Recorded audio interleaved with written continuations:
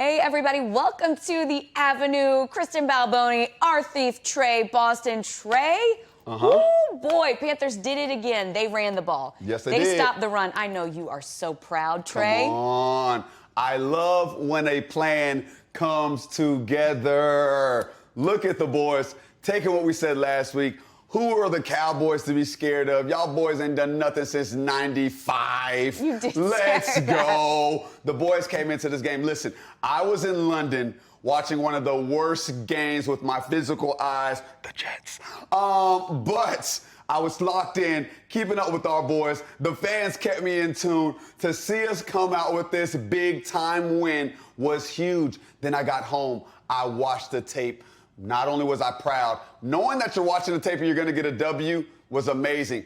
First drive, we come out, defense, 3 and out of here to an explosive Cowboys offense who's played pretty well. Then we get the ball. We go put 3 points on there. But not only do we put those 3 points up, the first 3 runs for Rico go over 8 yards, 2 of those being plus 10. 2 explosive runs in the first drive. That's letting you know that we knew what our bread and butter was, and we were going to stick to it. And if you can't stop us, we going to keep spreading it all over you. Man, I love what the boys did. And then our defense. Man, again, we challenged you to stop the run. Weeks ago, I gave y'all the challenge for under 100 yards. Listen, you boys took the challenge to the next level. These last 2 weeks, 50 yards total. Man, if we could play like this, keeping that line of scrimmage, our ball, man, this is Panther football at its finest. The reaction to this game, the Panthers are back, baby! Let's go! I don't think I heard you very well right there. I don't even know what you said. I love it. Let's go back to Rico Dowdle. He was so close to setting that record for most rushing yards in a game, tied for second last week. So he said, you know what, I'm going to go ahead and set another record this week, 239 yards from scrimmage, Panthers record. And Trey, you brought up such a good point on our production call. You said, so that means Christian McCaffrey never did it. Come on. I mean, nobody did yards from scrimmage like Christian McCaffrey until Rico Dowdle. I had to ask the question, like, are you guys sure? Like, CMC, the guy who we gave the ball 50 times to a game? Like, yeah, the baller, more than him? That's letting you know that Rico Dowdle, Rico Dowdle, the one-man cattle. The man can take the rock, give it to him, feed him. He's showing you what he can do. He's showing you that he could be a workhorse on this team. And he's explosive. Teams don't know what quite to do with him. He told you, Cowboys, they better buckle up. They asked him after the game. That boy said, they won't buckle up. Hey, you better put on your seatbelts, because I'm letting you know Rico Dowdle is showing you guys what he's made of. And the NFL is on notice. They sure are. Let's talk about the other side of the ball. Trey, you mentioned it. Combined 50 yards allowed from this run defense. 31 as we look. Oh, and then look at these numbers right here. I mean, we got to go back to it. Let's go real quick. Yeah, go back to this. Oh, my God. My boy's 5th in rushing in the league. Come on. And you're talking about He's only started 2 games. Started 2 games. You split 4 games with Chuba Hubbard. Like, this is big-time ball. Averaging 5.8. That's the most. Bijan Robinson numbers. You're talking about Bijan Robinson being, some people say the best running back in the league. And then look what look what our defense did with Javonte Williams. And Bijan Robinson. They brought that total down against Atlanta. Come on, man. Hey, listen, man. We're playing great ball on offense and defense. And this right here is telling you on both sides that when we've played 2 rushing offenses, they haven't done nothing with that line of scrimmage. And then us having a running back who's only started 2 games, but is averaging 5.8 yards, 472 yards on the ground.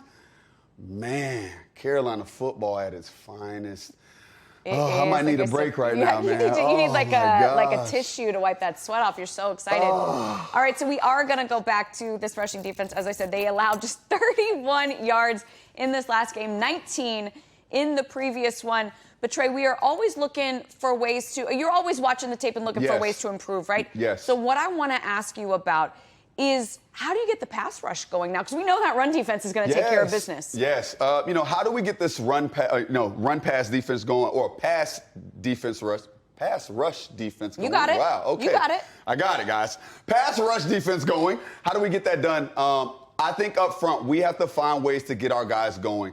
One thing we know is we have a great rushing team when it comes to stopping the run. But we got to get after the quarterback. That might end up being stunts. We might have to dial up schemes to get our guys a little more free. Maybe that's sending an extra rusher, rushing maybe 5 or 6, getting into those fire zones. I don't know. But I can tell you guys, this week we have a great team, and I'm talking about an opportunity to go after the quarterback. The Jets just gave up 9 sacks. So for me, this might be the game that you see us continue to build momentum on our team and check off every problem and issue that we've had. And getting after the quarterback has been one, but when you can win ball games, not ending up with sacks, not having many turnovers, it shows you how good we are on 1st through 4th down. I'm letting you know right now, we have to continue to do this job, but we can make the job easier if we can get after the quarterbacks. And I look for Evero to dial up some stuff this week, just like the Broncos did last week versus the Jets, and get after Justin Fields because it's right there for the opportunity. And if we can build off of this week, we can find ourselves continuing to find the culture of this team. And you know that these boys want to get after the quarterback, have some sacks.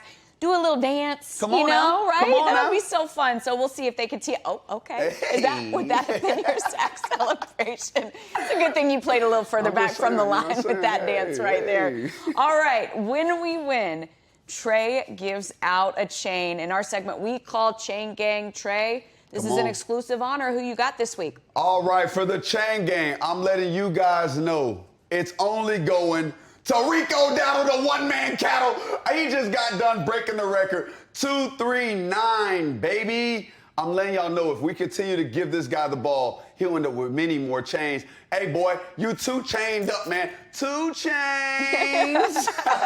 Rico Dowdle, great job, man. Offensive line, he couldn't do it without y'all. Great job, man. All right, Trey, you've already talked about this a little bit, looking at the Jets. We're going to dive deeper into that. But on Wednesdays, we turn the page. We stop celebrating that Cowboys win, and we focus on this next opponent. So how are we turning the page this week? All right, so as we turn the page this week, we know who we are as a team.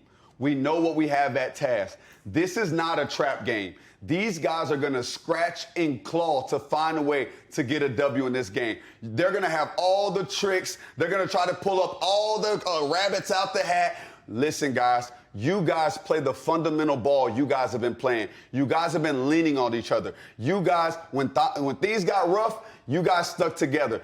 I think this game right here can be a game where you guys show that what you guys have been doing is the display. This game can be an Atlanta game if you guys come into this quick. These guys, I'm being honest, they're ready to just lay it down, and you guys can make them do that. But if you give them momentum, you're going to allow them to feel like they can win. Don't let them boys feel like they got this game. Go into there, get after the quarterback. The challenge of this week, can we sack the quarterback? I want 2 or more sacks this game. 2 or more turnovers this game. I want this game to get ugly. I want to put the NFL on notice that Carolina football is here to stay, and we know who we are, and we're trending. Last 3 out of 4, make it 4 out of 5. Let's Love go. it. 4 out of 5, 3 in a row is what Trey wants to see, what we all want to see.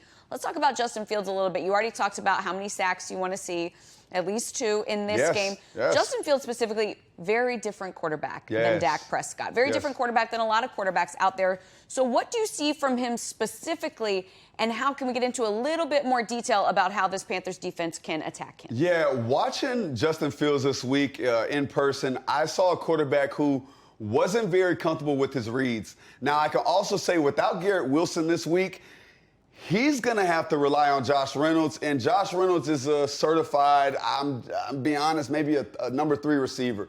So we're going to have guys like J.C. Horn and Mike Jack who are just licking their chops knowing that they're going to get after these boys. Man, I'm looking for turnovers because Justin Fields doesn't know where to go with the ball. After that, he didn't quite run last week either, what was kind of weird when it came to an offense knowing their quarterback. They didn't allow him to run. They weren't getting him out the pocket. So maybe it's a coaching and player scheme, but looking at him, he's not very comfortable back there, guys. He's looking to give that ball away or take a sack, and let's go, and that's going to be us. Take it, catch the ball, take the ball away, man. We got this, guys. Love it, love it. And Trey, one thing that I think we can all agree on is how much these rookies have contributed. You know, you saw Ryan Fitzgerald with that game winner, Tedero McMillan with his 2 touchdowns. Those young guys coming off the edge, Nick Scorton, Princely Unmanmielen. I know Jimmy Horn. I know that I'm forgetting some rookies. Lathan Ransom. I don't want to forget any of them. Come on. But they are making great, great strides in this Panthers offense. They are becoming absolutely key parts of it. And so now you all get a chance to get to know them just a little bit better. Our latest Panthers Blueprint trailer focuses entirely on the rookies. It is a great episode. It is out on YouTube now. Let's take a sneak peek right here. Here you go, baby. Go ahead, Rook. Go ahead, Rook. Hey, go ahead. And don't get on no court neither. Make sure you walk. Yeah, I mean, it's a quick turnaround, you know, just being drafted. Look at that, I got to play more physical, though. New playbook, new teammates. Just like that, you want me a little skinnier? No, that's perfect. Okay. You know, it's a lot to take in. It's cool to high five in a draft room, but at the end of the day, how do they want to make an impact on the Panthers in the NFL? I think that was like the moment when it kind of hit me. I'm actually playing in the NFL. Y'all work hard to get to this moment, bro. Y'all should go out there with tears in your eyes. First NFL game ever. It's for sure a dream come true experience, man. You know, it felt good to come out that tunnel.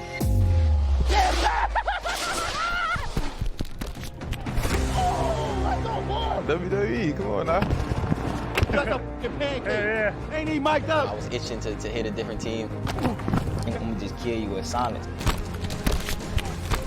He mad he got ran over. The big one is the rookie talent show. I did 1,000 miles. We went crazy. You know, we're all close. You know, we all want to see each other succeed. Like a brotherhood. I'm just excited for what the future presents us. Hell yeah! I'm coming with it now. See that? What's your favorite route? I don't know, I like them all. All right, we are thrilled to welcome in our friend and Panthers legend, Fozzie Whitaker. Fozzie, little different today than the last time we talked to you. The Panthers have now won 3 of their last 4 games. So what I want to know from you is, what are you seeing and how are they getting it done?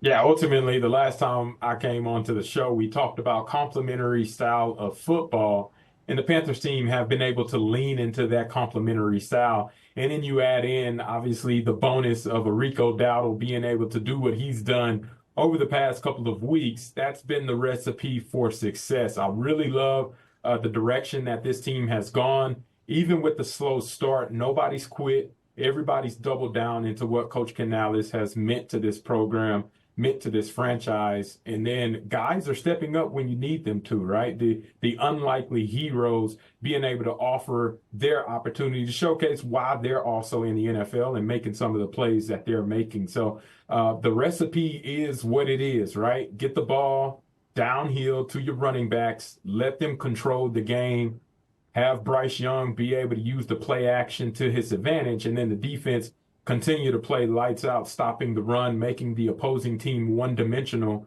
and then create turnovers. That's what you have to do, give some extra possessions to these talented running backs, and I think that's where Carolina has found a success with their last couple of wins over the past couple of weeks. Now, Fozzie, as a running back, what have you seen for Rico Dowdle these last couple of weeks that have made him so successful? And what type of style of running back do you see him as? Yeah. I've been actually calling him Rico Manchild because he has been absolutely sunning boys out on the football field.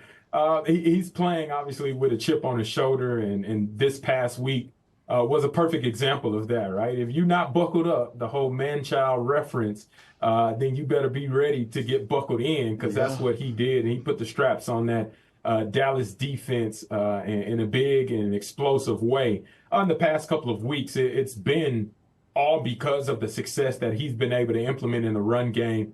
I think the number and the rate that he's able to break off explosive runs, and for explosive runs, you can look at it one of two ways, whether that's a run over 10 yards or run over 12 yards, depending on what media publication you want to classify as explosive. He does it all, and he's been doing it at an extremely high level. And I'm excited to see the progress that he continues to have.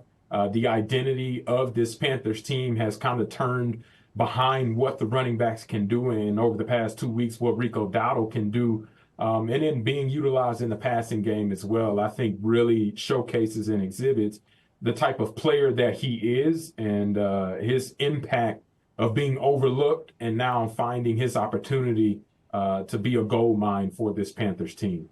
So, Fozzie, Chuba Hubbard working his way back from that calf injury, good problem to have, right? So I want to know, if you were Dave Canales, when Chuba gets healthy, what is the ideal way to get them both worked into the game plan?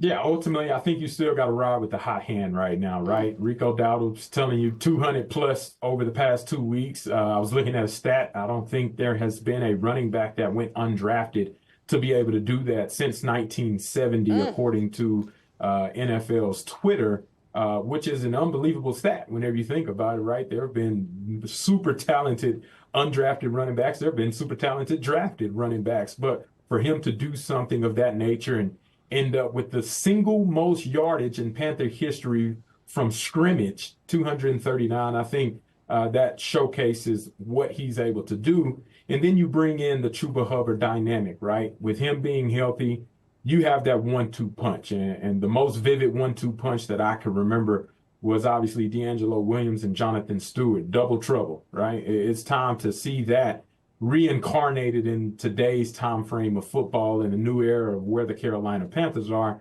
And I think that's only going to bode well for the longevity of both of these backs because we know how long a football season is, right? You sitting at 3-3, it's only 6 games. It's a lot of football left to play in this season. And I think having both of those guys be as impactful as they are and keeping them as healthy as possible over the course of the stretch of the season is the ultimate ideal mindset that I think Coach Canales will kind of convey and have them as that 1-2 punch, which is the new norm in the NFL right now. Fozzie, I just want to follow up on something.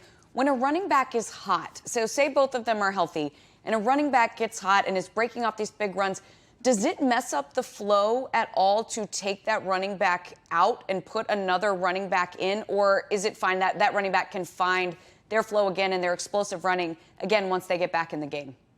I ultimately think it comes down to the number of touches that back gets, right? Both of these guys feed off of volume touches. If you give the ball to Rico Dowdle 30 times, whether that's on the ground or through the air, he's going to have really prolific numbers as we've seen over the past couple of weeks. I feel the same way about Chuba Hubbard. You give him volume carries, volume touches, he's also going to produce over the course of the game. And I think the more that you're able to give both of those guys volume touches, whether that's 16, 15, 14 apiece, whatever the case may be, I think that bodes well for them to be able to find their rhythm and still be explosive within the framework of the offense. But where it will help is the wear and tear down the stretch.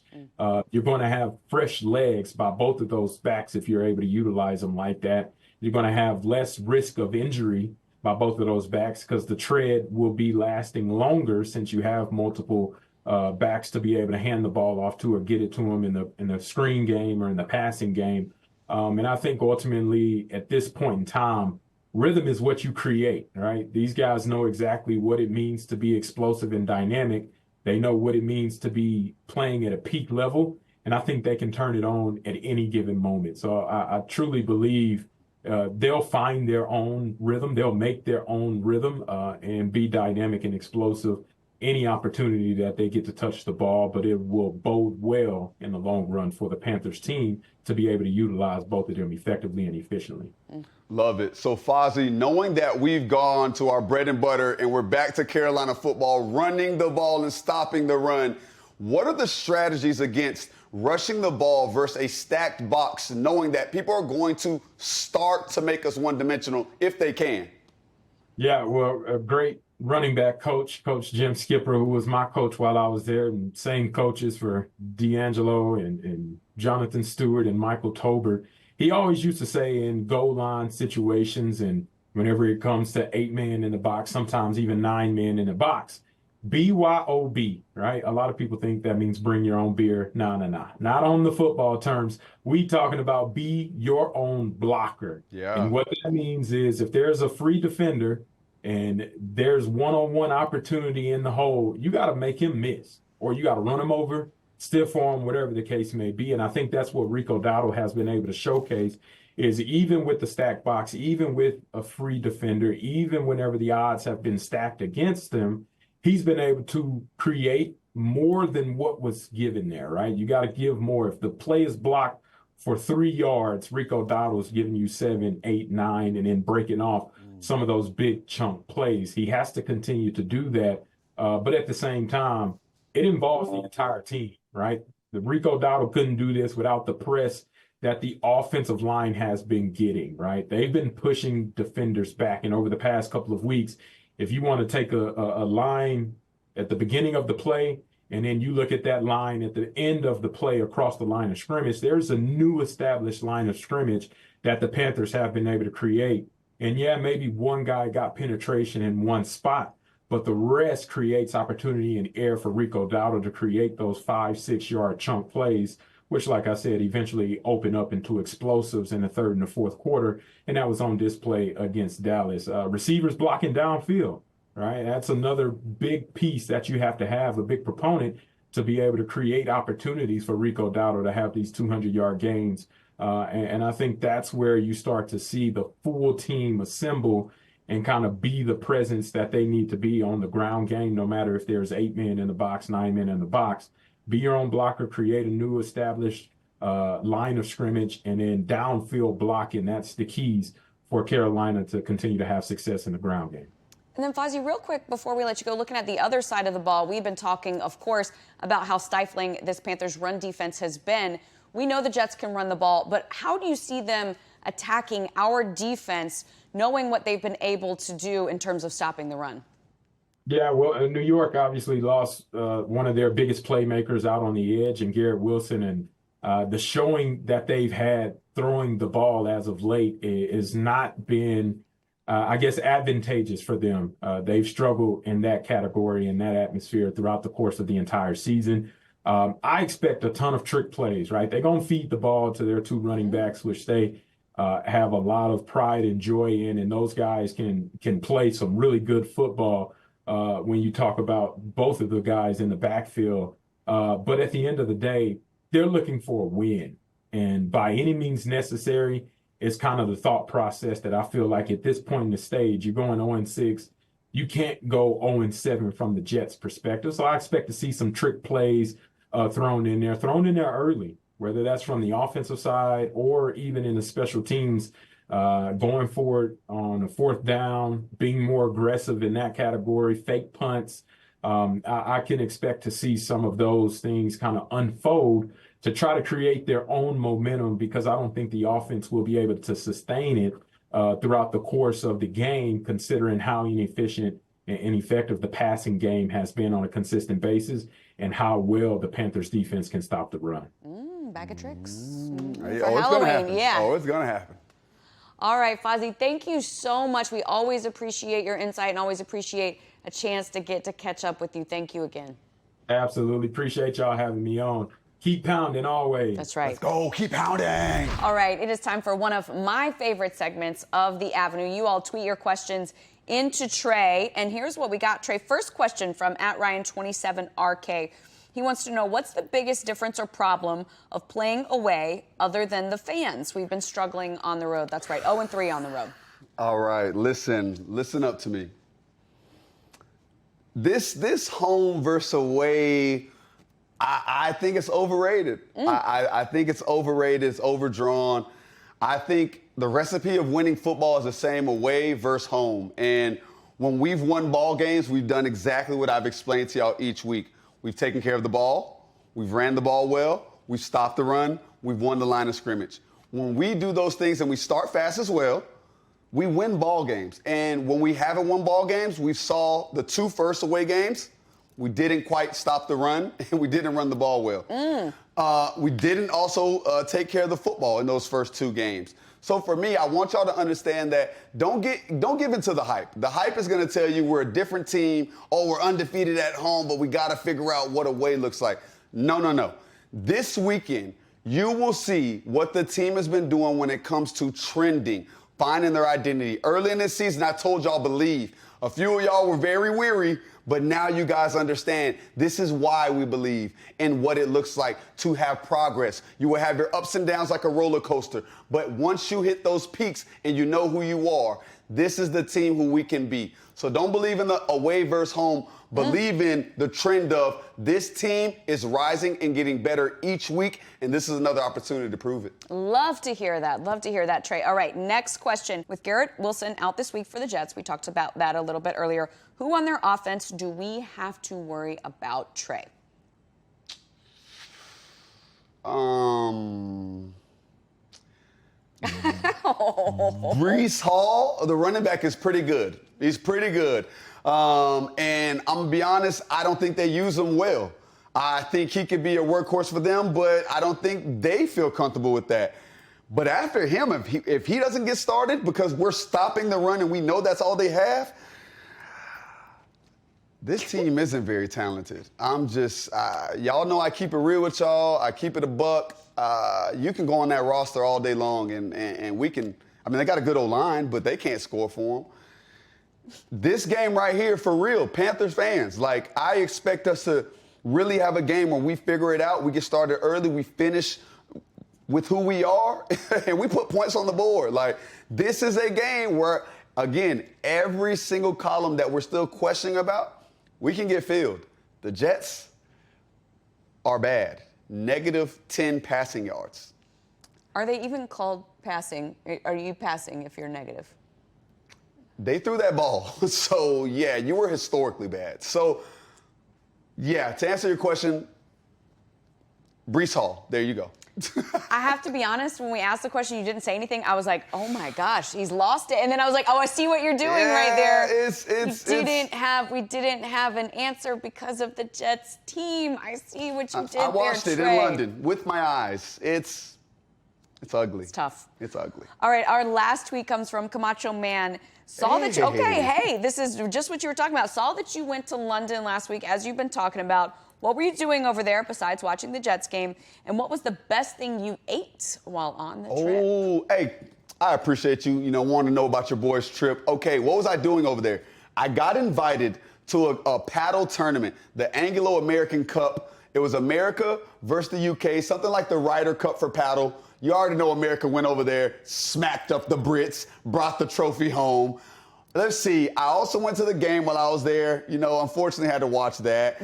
But the best thing I ate, oh, man, I'm not going to lie. London has some iffy food. I showed the followers something they gave me for breakfast. It was scrambled eggs that looked like mashed potato eggs. It was horrible. The best thing I ate was Five Guys. Oh, my gosh. Have you ever... No, Pepe's. They got a spot called Pepe's Chicken. Okay. Pepe's Chicken and Rice, Pepe's. They had some fries, loaded fries with chicken. It's a baked chicken spot. That's like fast food. You know what? I'm going to give y'all this. Pepe's was pretty good. So if all my Londoners, if anybody knows about Pepe's, hey, I'm going to put y'all on. That's something that I can give y'all that is safe for us. We can go eat Pepe's. Safe for us. I'll tell you what, in London one time, I had mushy peas with the fish and chips. It sounds disgusting. It tastes so good, Trey. I promise. Next time you were there, they put beans on stuff, like beans for breakfast. On breakfast. Yeah, that's not for me. Loaded potato with beans and tuna. Tuna? They were trying to argue me down. They were Trey, you gotta try it. That's a bridge too far for me. The tuna's a bridge too far. We're not going to have that restaurant on the Avenue, right? That's not on our block. That's not on our block.